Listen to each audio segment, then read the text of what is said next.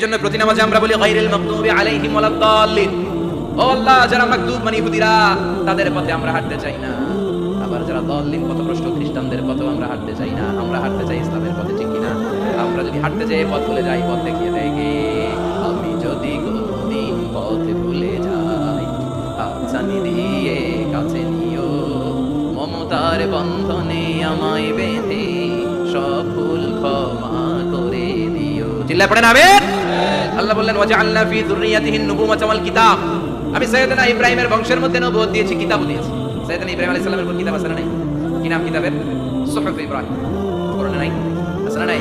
ইন্না হাযা লাফিস সুহুফিল উলা সুহুফি ইব্রাহিম ওয়া মূসা। অনেক আল্লাহ কিতাব দিয়েছে, নবুয়ত দিয়েছে, সব নবীদের বাবা বানিয়েছে। ওনার উপাধি হচ্ছে আবুল আম্বিয়া।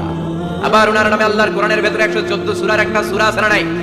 সূরাটার নাম সবাই কর আলিফ লাম রা।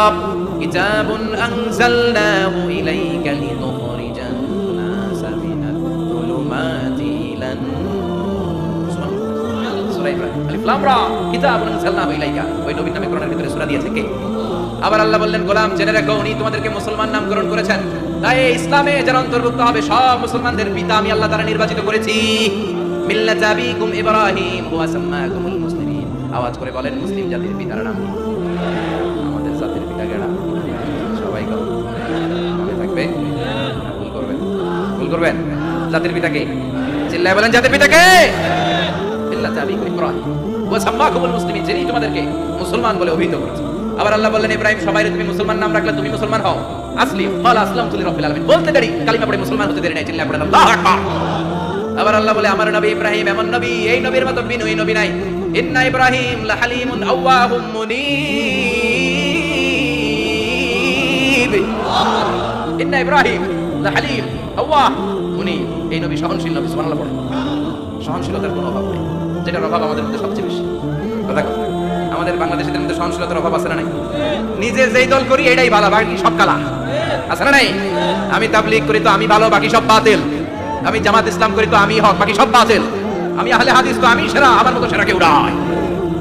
এরকম অসহনশীল মানসিকতা আছে না নাই? নিজে যেটা বুঝি এটাই ভালো, বাকিরা কেউ ভালো না, বাকি কেউ ভালো না। কি ভয়ঙ্কর অবস্থা। কিন্তু সাইয়েদনা ইব্রাহিমের অভ্যাস আছে, উনি সহনশীল ছিলেন।